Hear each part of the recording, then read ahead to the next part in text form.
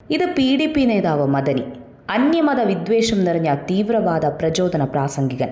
ഇയാളുടെ തീവ്രവാദ വിഷം നിറഞ്ഞ പ്രസംഗം കേട്ട് ആവേശം പൂണ്ട് തീവ്രവാദികളായി ജീവിതം തൊലഞ്ഞവർ നിരവധി. സ്വന്തം മകനെ ഇയാൾ പഠിപ്പിച്ചു വക്കീൽ ആക്കി ഭാവി സുരക്ഷിതമാക്കി.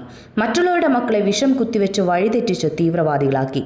ഒരിക്കലും ഇയാൾ സ്വന്തം മക്കളെ തീവ്രവാദത്തിലേക്കോ രാഷ്ട്രീയത്തിലേക്കോ വിട്ടിരുന്നില്ല. ബസ്സിന് കല്ലേറ് നടത്താനോ സമരത്തിനോ വിട്ടിരുന്നില്ല. ഇന്ന് കേരളത്തിലുള്ള 99% രാഷ്ട്രീയ നേതാക്കന്മാരുടെയും മക്കളെ രാഷ്ട്രീയത്തിൽ കാണാൻ നമുക്ക് കഴിയില്ല.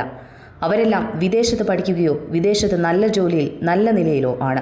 രാഷ്ട്രീയം ഇന്ന് സമൂഹ സേവനത്തിലുള്ള പാതയല്ല, ധനസമ്പാദനത്തിന്റെയും ഗുണ്ടായിസത്തിന്റെയും കാപട്യത്തിന്റെയും വേദിയാണ്. അവിടേക്ക് ഇവർ സ്വന്തം മക്കളെ ഇറക്കില്ല. മറ്റുള്ളവരുടെ മക്കളെ അന്യമത വിദ്വേഷങ്ങളും ദേശദ്രോഹ ചിന്തകളും കുത്തിനിറച്ച് സ്വന്തം കാര്യസാധ്യത്തിനായി തീവ്രവാദത്തിന്റെയും രാഷ്ട്രീയ കപടതയുടെയും പാതയിലേക്ക് നയിക്കും. തീവ്രവാദം വളർത്തുന്ന ഇത്തരം രാജ്യദ്രോഹികളെ ഒരിക്കലും ജയിലിന് പുറത്തേക്ക് വിടരുത്. ഇവർ ജയിലിന് പുറത്തുള്ള ഓരോ നിമിഷങ്ങളും നാടിനും രാജ്യത്തിനും ആപത്താണ്.